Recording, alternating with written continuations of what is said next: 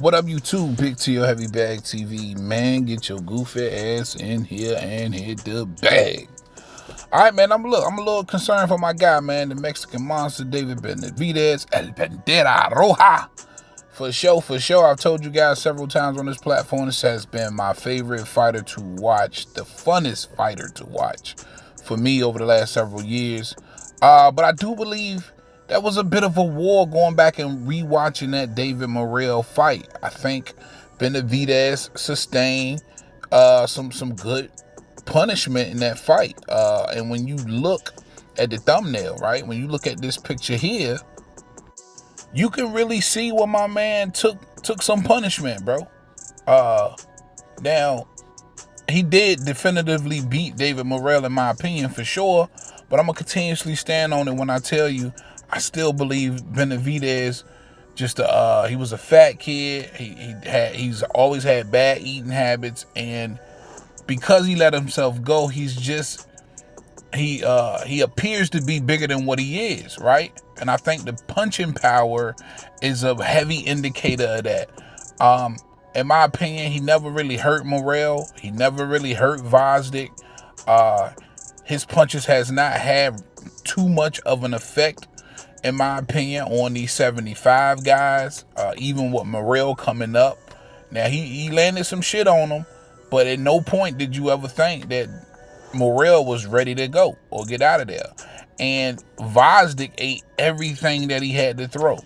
And listen, Anthony Yarde, this is a true 75 guy, another true 75 guy where I just don't think the punching power of Benavidez is going to have much of an effect, right?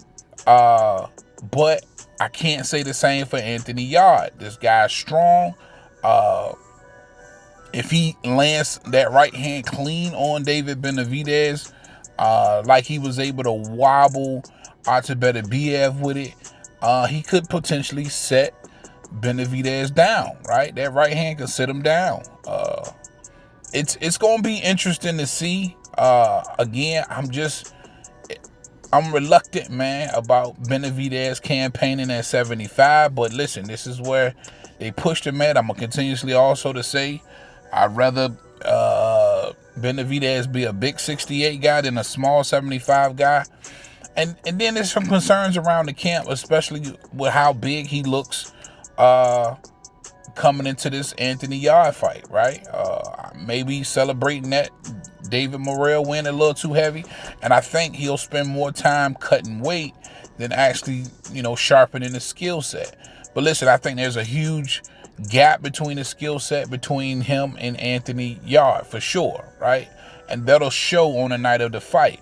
What concerns me more than anything, though, is Anthony Yarde being able to catch him in between shots with something heavy, and potentially hurting David Benavidez. And Anthony Yarde also feeling the power of David Benavidez and probably understanding like, hey, this guy he can't hurt me. I can take more risk, right? I can let this right hand fly a little bit more if necessary. So in my opinion, man, dangerous fight for David Benavidez. It's going to be intriguing and interesting to see how it plays out. I like Benavidez in the fight, of course. I think skills pay the bills, but I am a little concerned about that right hand. And if he's able to get it home, if he can get it home a few times, it might be trouble. So all I got for y'all on this one, man. Big T Heavy Bag. I'm out of here.